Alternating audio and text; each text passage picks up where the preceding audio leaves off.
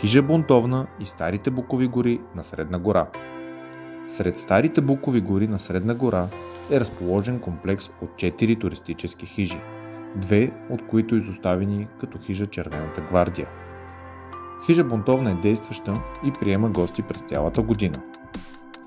Около нея има десетки исторически места за разглеждане, а това го доказват многобройните паметници.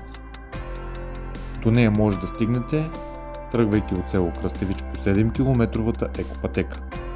Хижата разполага с безплатен паркинг, детска площадка и панорамна площадка с гледка, спираща дъха. В тази местност може да практикувате различни видове спорт, като скално катерене, спортен риболов и други. В близост до хижа Бунтовна се намират връх Вълк с надморска височина от 1243 метра, местност Конска поляна, връх Стайков камък, който е част от голям светилищен комплекс и много други интересни природни забележителности.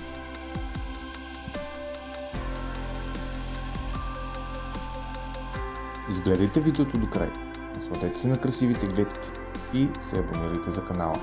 Не забравяйте и лайк бутона под видеото.